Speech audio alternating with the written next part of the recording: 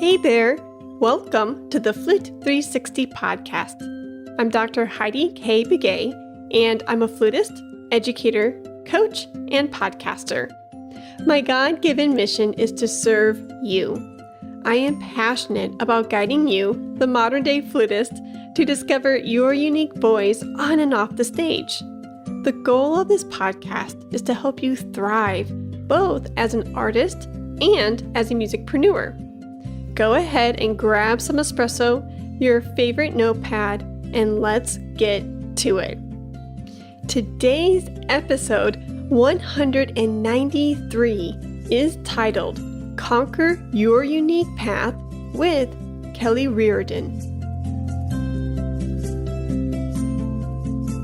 Hey Flute 360er, I pray that you are doing well. I have an exciting announcement to make. Flute 360 is partnering with Kelly Riordan for her Outside the Bachs program. Why is this collaboration so exciting? It's exciting because this program is for musicians just like yourself. This class is perfect if you want to build your music studio to be a reliable source of income for you and for your career. I get it. Life gets messy and hectic. Between switching your in-person studio to virtual lessons or trying to recruit new students on your own, it can be challenging. Use Kelly to shorten the learning curve so your studio can start thriving today. Kelly's link is in the show notes below, and she cannot wait to hear from you. Go to kellyriordan.com and click the tab Book a Call. That's KellyRiordan.com.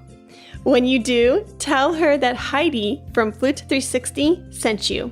You'll be glad that you did. Thanks! Hey there! Welcome back to another Flute 360 podcast episode. I am with the lovely, phenomenal, intelligent Kelly Riordan, and I am just so pumped, Kelly, for our conversation. You have been blowing my mind for quite some time, and I am even more excited that you reached out and said, hey, let's collaborate, and that brings me so much joy. I mean, working with like-minded people who are thinking entrepreneurially and who are amazing teachers and performers. It's just like, yes, I'm like a moth to a flame. So you give me goosebumps. I'm all excited. This is awesome. I'm pumped. You're like, well, this is my pick me up for the rest of the week. I feel great. Thank you, Heidi. Thrilled to be here. And you're like, and I'm done. Yeah. That was it. That's all I got. Yeah. Oh my goodness. Thank you. I'm thrilled to be here. I really do appreciate it. Oh, yeah, the pleasure is all mine.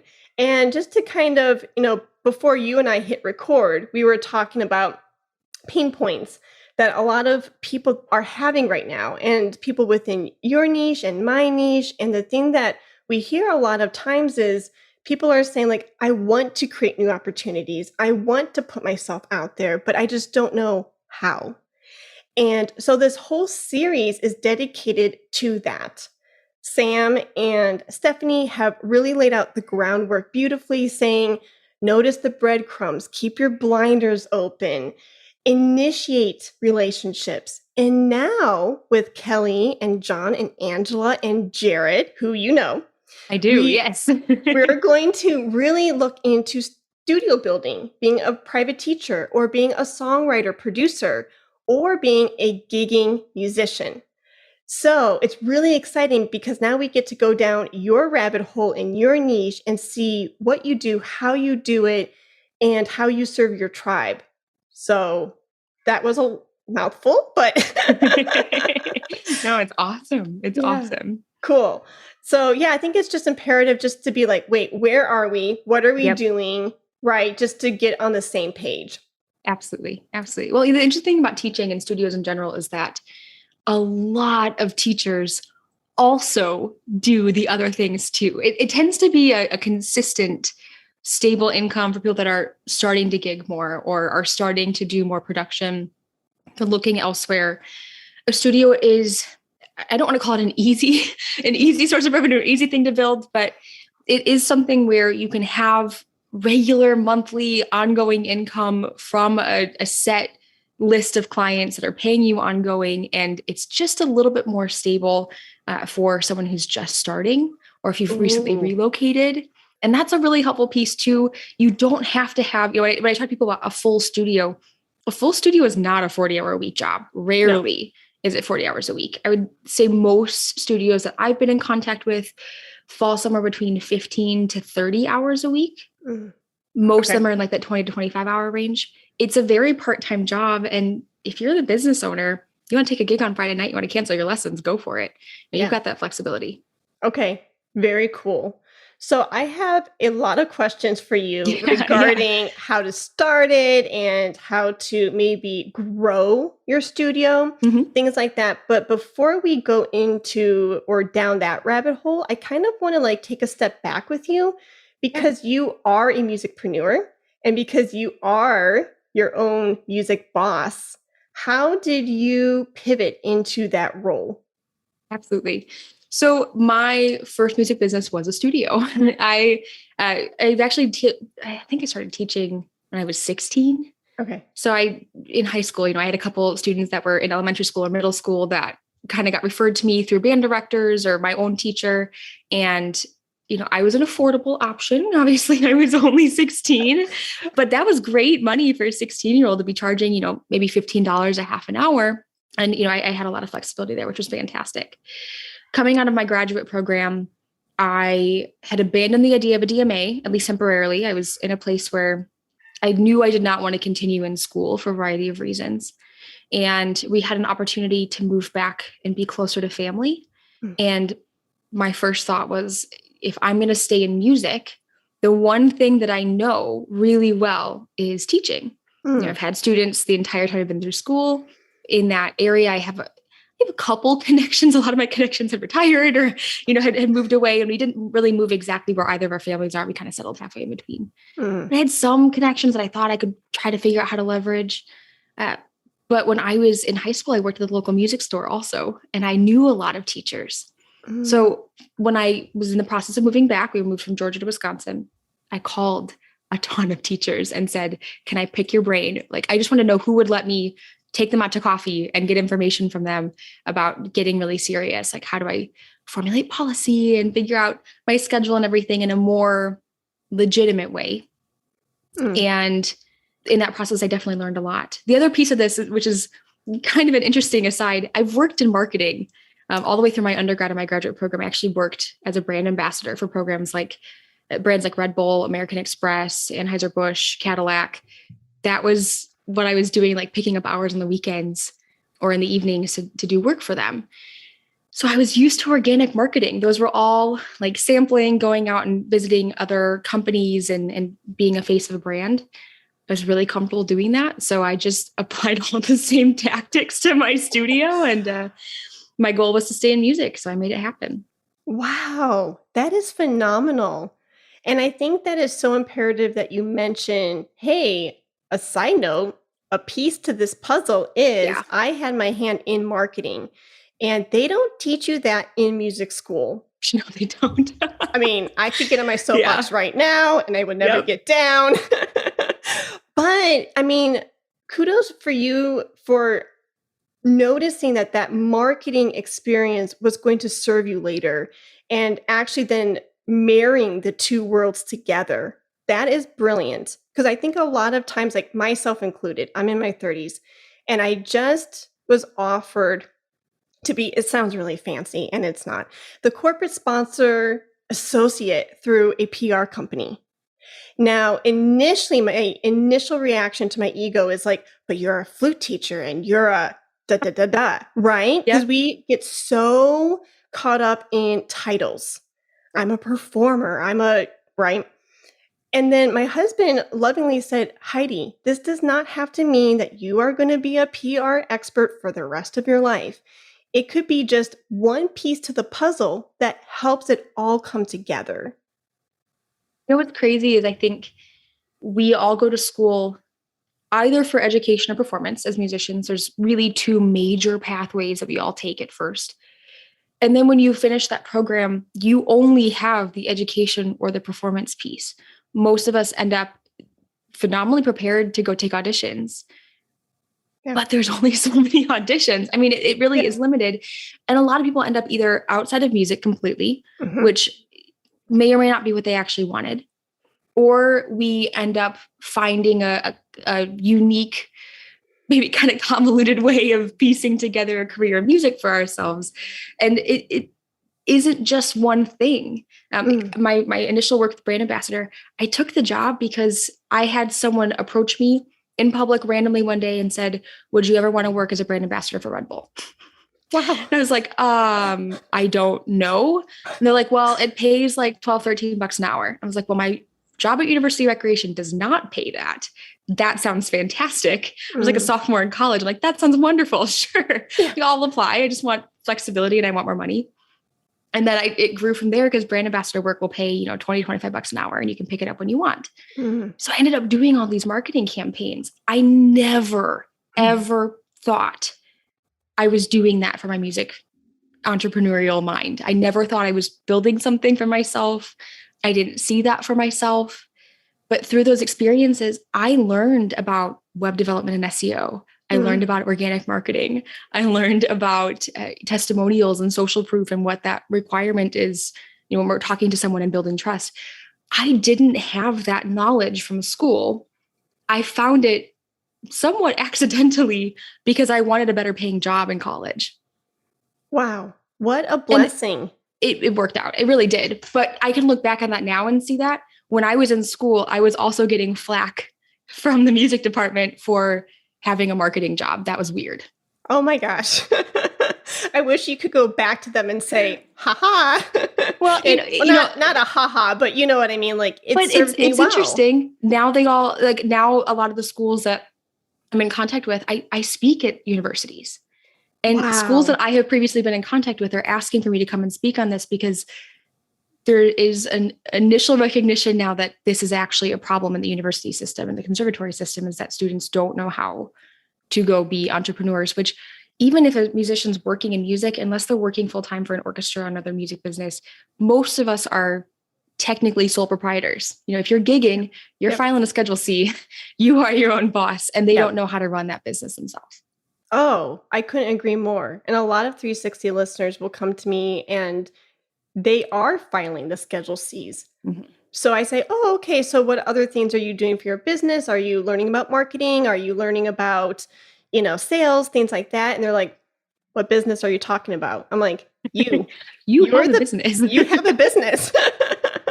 And you are self-employed. Congratulations. You're an entrepreneur. Yeah.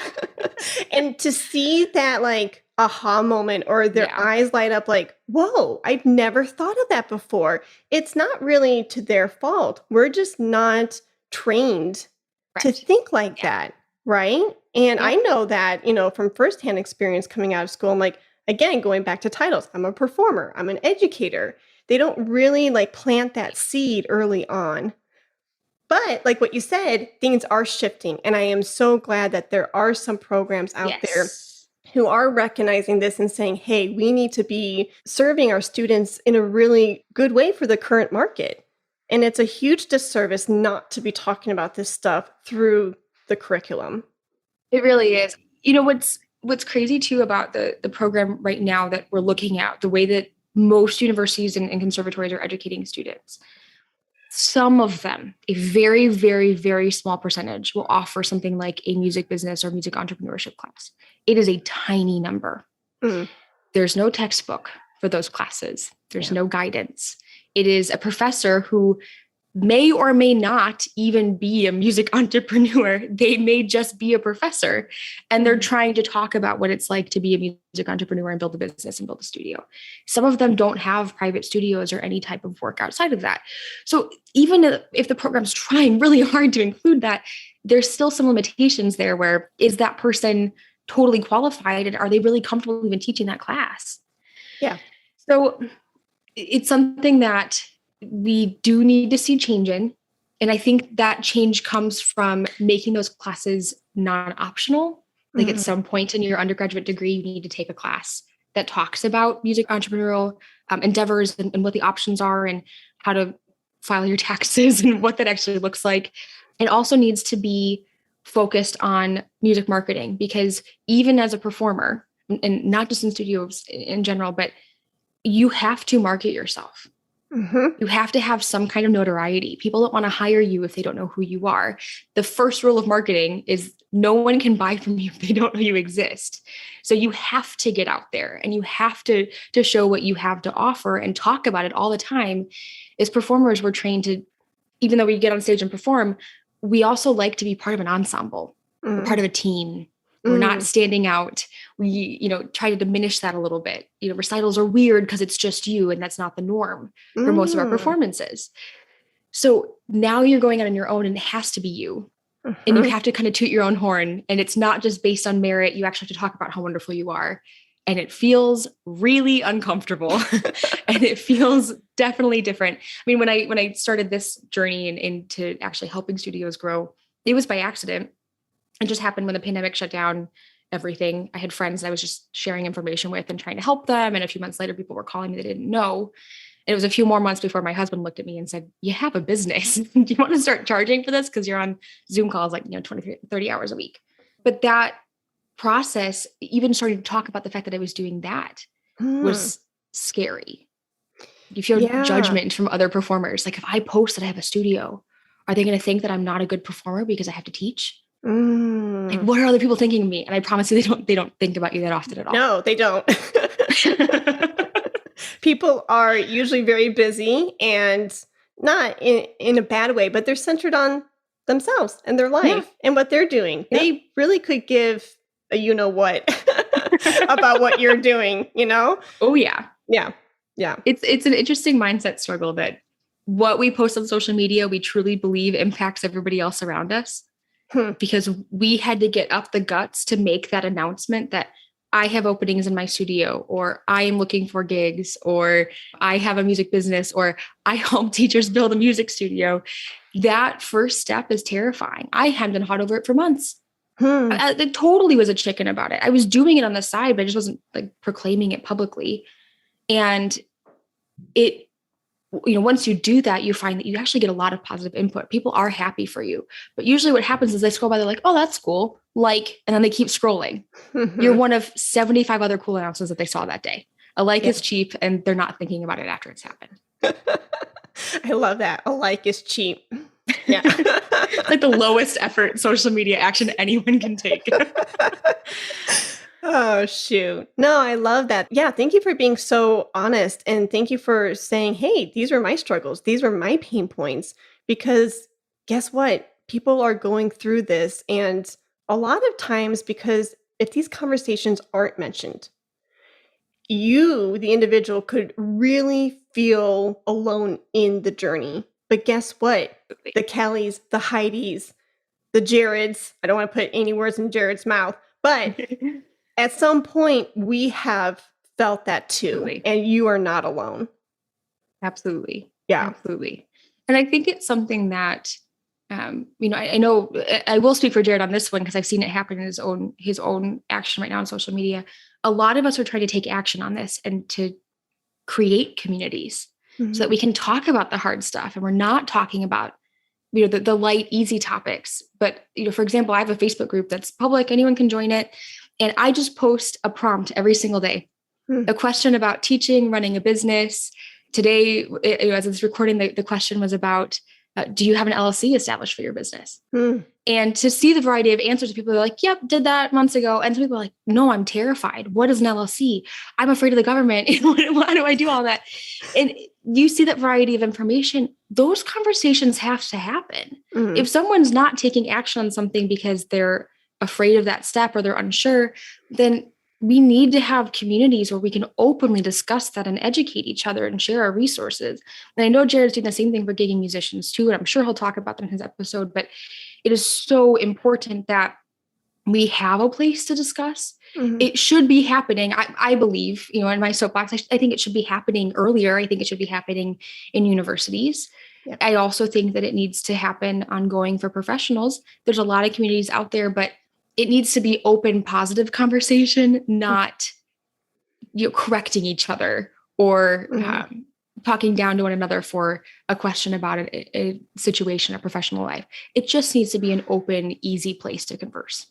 Oh, for sure. Because we're all learning and growing. Mhm. So if it's not a welcoming environment, then we're not going to blossom, right? And Absolutely. you don't know what you don't know.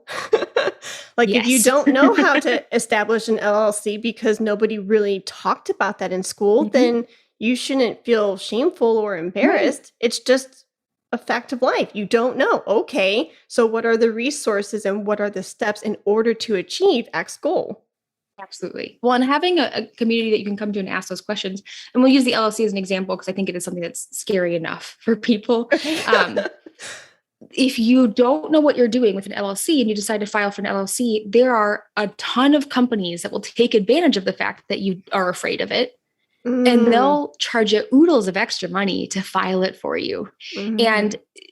sure, that's helpful. That absolutely can be helpful in the right circumstances. But for most people, like single member, sole proprietor LLC, like for the state of Wisconsin, when I filled that out, maybe 15 minutes. It Okay. was not big, scary paperwork. This is not a big ordeal. As long as you know the questions that they're going to ask and the answers, which it's basically just you entering your name and address over and over and over and over again, all the paperwork, because as a sole proprietor, the answer is always you. It's really not difficult. But because we don't talk about those things and we don't know, Mm, then we put them off, we procrastinate, we're afraid of them. And then, like, let's say worst case scenario, you were to get sued. If mhm, you own a house, that's now up in the lawsuit because you didn't mm. have an LLC.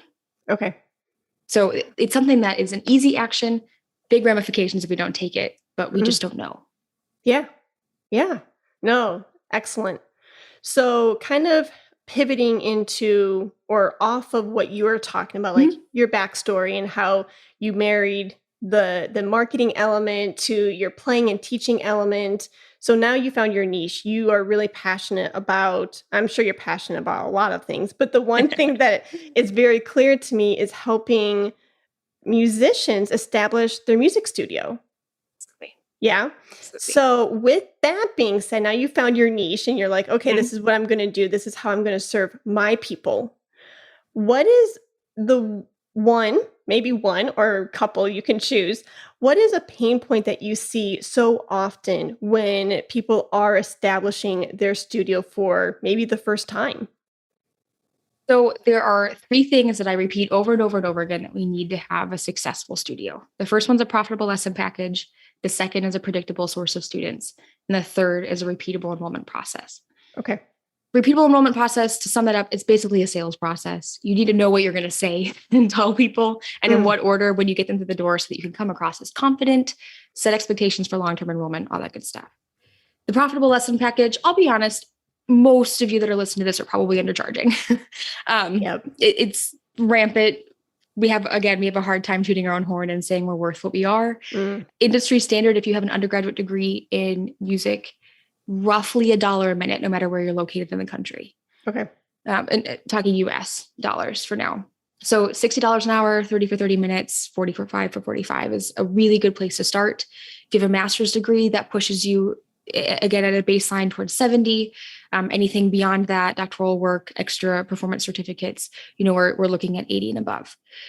If you're living in a higher cost of living area, like a Hmm. major city, Yep. top 25 city, especially top 10 cities, now we're bumping all of that up, usually about $10 to $15 an hour Okay. from whatever that baseline was.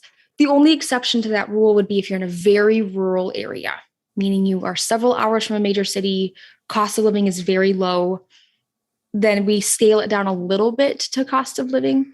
But of course, you also have the opportunity to teach online if you really want to as well. So you don't just have to be basing things on your current geographic location. Okay. A lot of those numbers will sound scary. I'll admit that upfront to a lot of people that sounds overwhelming. Like, I'm only charging $50 an hour. How do I get to 80? Mm, Like, mm, she just said I was supposed to be. How do I get there? yeah. The first step is pick a number that you do feel comfortable with, because you have to sell it. If you don't feel confident, it's never going to That's work. very true. So make sure you believe in it. Then practice saying it a lot. You practice instrument, you practice your sales. Mm, Same thing. So say it a whole bunch. And then the other thing would be to work it up over time. So if you are at 50 right now, but you want to be at 80, maybe pick like 65, 70 for your new students. Work your existing students up slowly, every year or so, raise your rates by a few dollars. And then you can do that with new students as well. Okay. The biggest one is that middle one, that predictable source of students. Okay.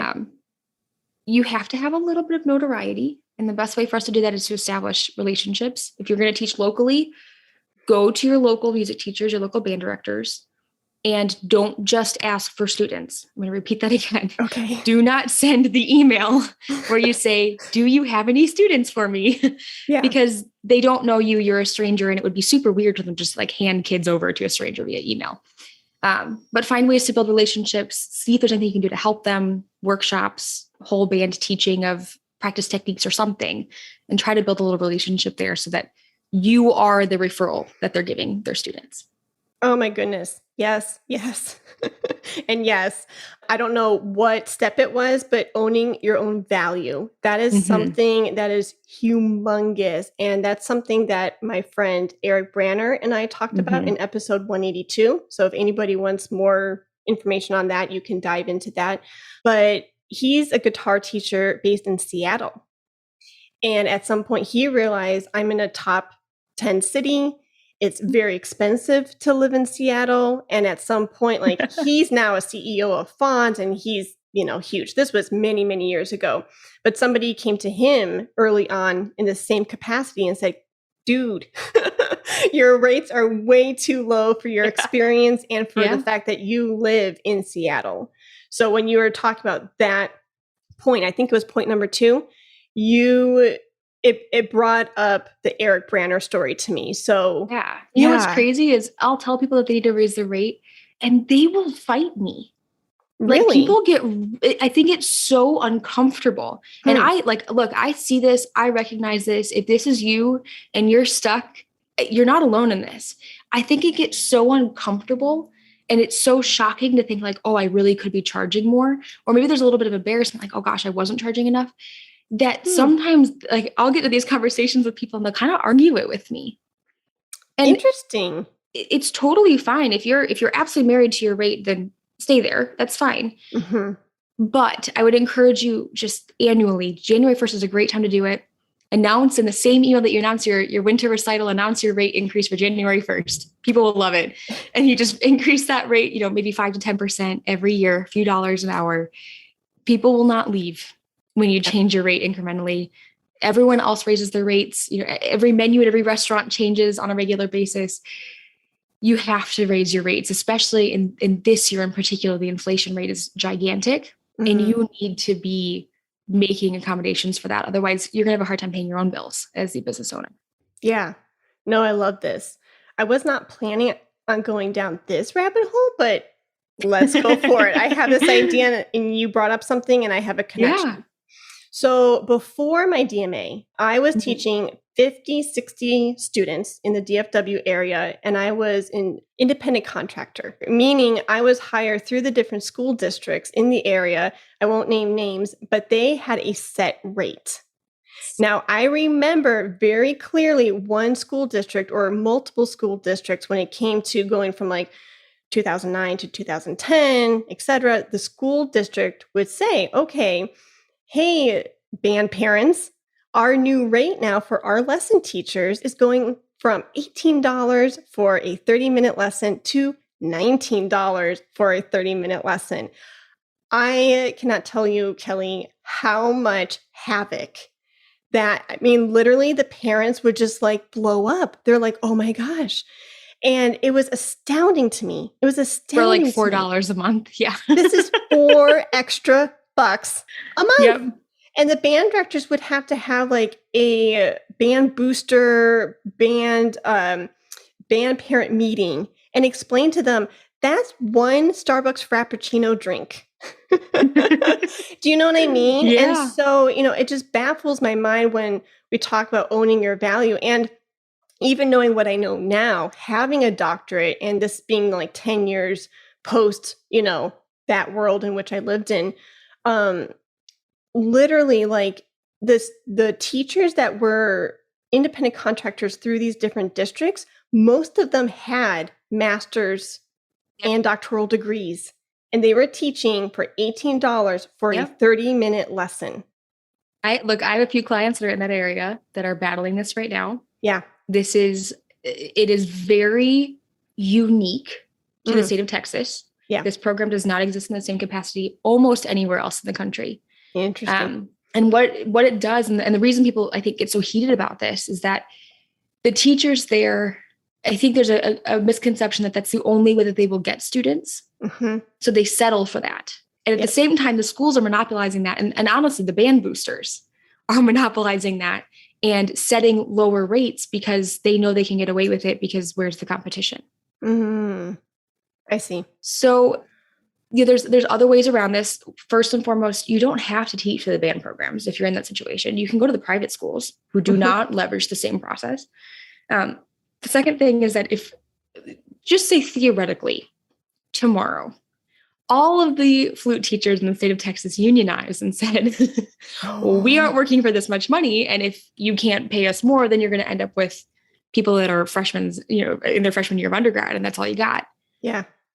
It would change. Mm-hmm. But because they've been allowed to control it for so long, most of them are still paying $23 a half an hour for a lesson. And it just simply isn't enough, but there hasn't been enough pressure from the teachers on them because the teachers feel like they have to cling to that opportunity. Yep. So there's a million other ways to build a studio. It doesn't just have to be through the teachers. The teachers help. Mm-hmm. But we haven't even touched on like socials or any other avenue, paid advertising, which I don't recommend, but there are other options. Yeah. No, I love that. You do have a choice and there are options. Yeah. Absolutely. No, and even like post DMA, when I was trying to like get back in and sneak back into the districts, because I really wasn't teaching very much during my doctoral program just because it's 3 years and it's very intense, right? And I wanted to finish in 3 years. I didn't want to, because I had a lot of doctoral friends where it took them like 10 years.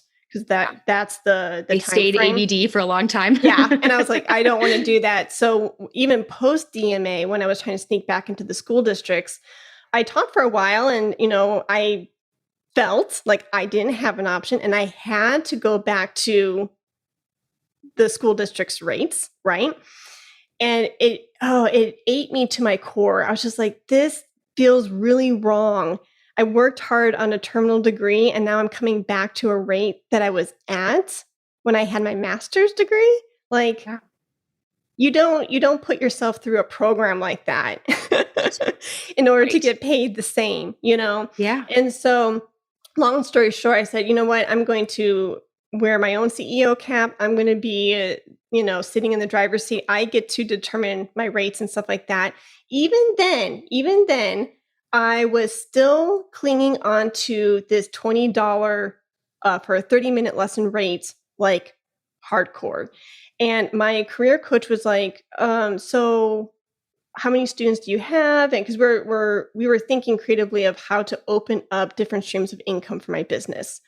And he said, okay, well, what is your current rate for your studio? And I told him like $20 for a 30-minute lesson. He's like, are you associated with the school districts anymore? Because he knew that I was, kind of associated at some point. And I said, no, I got out of that. And he's like, okay, so then why are you still using their rates? I know you I know. No, fair question. Excellent job. It's laughable. It really is. I'm like, well, that's the competition. Right. I can't stir the pot. Right. I can't say that I'm $50, $60, $80 an hour because all the other teachers in DFW are going by this rate. So I'm not going to get anybody because of that.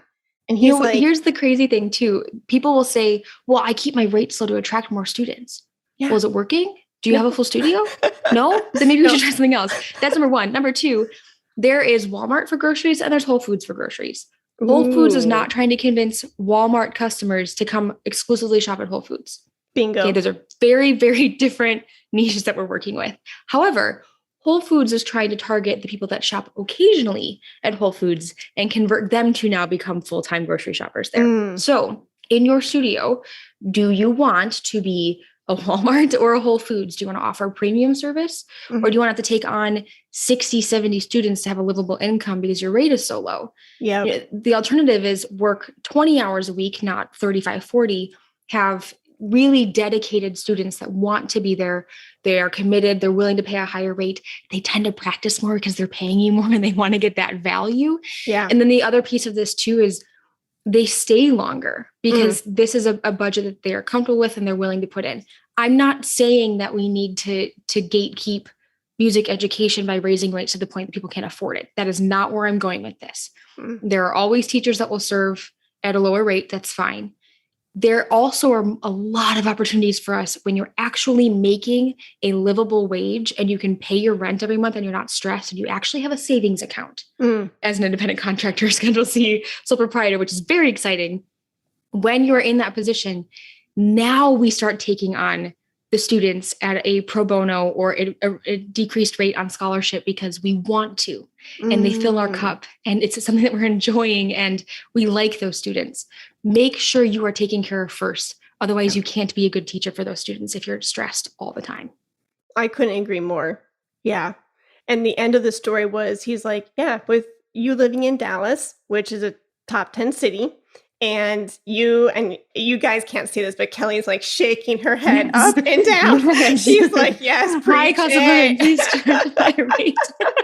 And you have your terminal degree. If you're not charging like at least $100 an hour, like no one's going to really take you seriously because the value, like what you just said, Walmart versus Whole Foods, right? And so anyways, long story short, I learned my lesson. And and look, it's hard. It is hard to break yourself of that and to feel that value. The other thing is that the students that want to be there will absolutely find a way to make it work. As an example, when I was my senior year of high school, the teacher that I had studied with for 8 years said, I got to kick you out of the nest. Like, I've taken you as far as I can take you. If you want to go be a music major in college, you need to study with a different teacher. Okay. And the one that I recommend is the principal clarinet for the Milwaukee Symphony Orchestra. You need to see if he has openings. So I, at 17 years old, I was like, okay, I guess I'll go ask. And so I sent the email and he said, sure, if you want to come audition. Drove myself down there, and his rate, and this was a long time ago. I don't even know how many years ago at this point. His rate very long time ago was already over $100 an hour. And for 17-year-old me, I was like, okay, I don't have $400 a month. Yeah. And I also feel really guilty going to my parents and asking for $400 a month because they're already paying for my other lessons. And I could just stay with my other teacher who I love dearly. She was fantastic. I could stay with her too. That's an option. And it would be the lower rate. So I went out and I got my first job at that music store. And I knew exactly how many hours a week I had to work to pay for my lessons, to pay for my gas, and then to pay for a snack on the way down at the local health food store. I stopped for a smoothie, go to my lesson. And then I always had youth orchestra right afterwards in Milwaukee. So I'd drive myself the 45 minutes, go to my lesson, get dinner, go to rehearsal. And I think that was, September I started that. I think it was February. He looked at me and goes, do you have parents? Like, of course I have parents. He goes, well, you write your own checks and I've never met them. Do you want to bring them by sometime? Oh, wow. But the students who care, they'll make it work. If it's really that important to them, they'll absolutely find a way. Okay. He didn't have to scholarship me. I was going to make it happen. Now, not every student's like that. And obviously you make concessions and we work to fill our cup, but I had a great senior year because I learned a ton about music on whole by working that job too. It was amazing. Huh. Yeah, I love that. I love everything about that. Awesome. So is there anything specifically that you want to talk about building, a music studio that we haven't covered yet? Because I just don't want to pull the rug out from underneath you and be like, yeah, that was great. No, you're all good. You're all good. I talked about the marketing a little bit, so I'll touch on socials because that's one thing that I think we didn't talk about enough quite yet. We talked about building relationships with local teachers. It doesn't just have to be teachers. It can be homeschool networks and co-ops. It can be, youth organizations. Boy Scouts, Girl Scouts are a great place to go. It can also be social media. Now, I tend to think that social media is a quick boost where it's a short-term solution. We do a flurry of social media activity. We can get some input from students right away. These relationships that we're talking about are more of a long game. Okay. I don't post on I couldn't tell you the last time I posted on my Facebook business page for my studio. It's bad, but I have a wait list of 17. I don't need to. Nice. That's not serving me. The schools are filling my studio for me. I don't need to worry about that. Okay. But when we're looking at social media, most of the time, the first thing we all do is announce to all of our friends and family that we are starting a studio or that we have openings. Unfortunately, most of your friend list is probably also your competition. So they probably can't send you a whole lot of students. That makes sense. There might be a few, but that's about it. Okay. Still make that post. Still tell everyone. You have to tell people, but that's, it doesn't work to fill the studio right away. What works better is going into Facebook groups and identifying groups that fit your ideal student, who you'd like to be working with, and who the decision maker is for those students. Usually if they're younger, it's going to be a parent. So finding groups that are based on your geographic location, the geographic locations you'd like to target. Some of them are not friendly to self-promotion. So read the rules. And if they're not friendly to self-promotion, then absolutely find someone to pair up with and see if you can get some recommendations going. If there's a colleague or something that you can work with, this is something that I do with a lot of my clients, is try to help them set this up. But it's really important to have that ongoing social media output. It can't just be a one and done. If you make one post, you send one email. If that band director doesn't answer you and you offer to come and do something for them for free, it's because they were busy that day. Follow up. When you make one post on social media, you don't get any students, don't stop, keep going. It does take a lot of repetition and consistent output. Oh yeah. Consistency is huge. And what I've learned, especially as I am doing air quotes, sell my sponsorship spots through the podcast, you have to find creative ways to circle back to that conversation. Because you're right. The inbox is like this black hole. People are getting thousands of emails throughout the week. And quite frankly, maybe they just deleted it or it went to spam or, and what I like to do as I'm circling back and finding that creative way in order to say, hey, just following up. So that way I don't sound annoying. In a couple of weeks, I'll follow up with like a particular business and just say, hey, there's been an update to my content, or I'm adding on a 5th guest to my series. I wanted you to know about it because ... rather than like, so you agree with this like approach, rather than being like, so did you get my email? Well, what's crazy too is that when we're talking about the teachers in the schools, just as an example, if you send that one email, you are one of probably 40 emails they got that are the exact same that month. Bingo. If you thought of it, somebody else did too. Yeah. But where everyone else falls short is they are not offering to help them. They're just asking for a favor from a stranger. Like, can you imagine going to the teacher and say, can you please build my studio for me and send me all of my students and make me all of my money? Thank you so much. They're going to do that. Like they don't have fish to fry. Like they're dealing with all this madness that's going on this year. They're not going to fill your studio. But if you stay on them and in a polite way, follow up and say, are you interested in scheduling a time for me to come visit? Would it be helpful if I came as a guest instructor? Here are some ideas for you on what I could potentially teach. These are just ideas, but I'm open to other thoughts.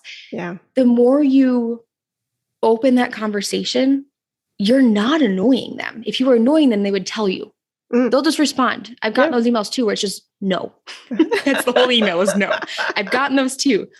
But if you don't follow up, that email is getting lost in hundreds of parent emails, district emails, emails from other colleagues, things that are more pressing fires that they have to put out before they come to you. If you don't stay on it, you will never hear back from them. Yep, exactly. And then you also you laid out another amazing nugget, and that was you have to find the win-win for both parties. They're not going to build the studio for you, but if you can come to them and say, hey, I'm really passionate about this topic, and flute technique for me is just like, on point. This is something I really love to teach. I'm willing to offer your students like a free masterclass. That's what I'm hearing, right? Because they need to know that they're being served rather than that you're a giver rather than like, gimme, gimme, gimme, and you're a taker. Now, you probably don't know that you may be coming off that way. Right. So we have to we think we're helping. We think we're like, if your students are better, then your band will be better. Like, sure, in theory, you're helping, but they probably also already know another flute teacher. So how can you become their go-to? And one thing I'll even add to that is a masterclass is amazing. It's helpful. It does help the students. A further step that you can take, give them a day off of teaching. Can you Nice. speak to the whole band about something, like some topic that you're excited about that would apply to everybody? If you could take even a half of that class time away from them and they can sit back and work on grading, that is a gift, truly a gift to a teacher that, especially in the last 2 years, they are dying on the vine. I do not envy general music teachers, band directors, choral directors. You couldn't pay me enough at this point. Their job is so stressful. God bless them. They are doing incredible work and we're so thankful for them. But they kind of do need us right now. So instead of just asking, offer a little help and you'd be amazed at what comes back. As an example, I have a client out in San Diego who just posted that he had sent out all these emails. He hadn't gotten a lot back. He was getting really discouraged. This week, he had 4 schools on the 4th round of emails respond to him and say, yeah, can you come next week? Wow. And one of the schools that he went to last week, he's already gotten 2 student leads from it. It's amazing to be there. He spoke to the entire class, but the clarinet players are reaching out directly to him. Okay. It absolutely can work that fast. You have to stay on it.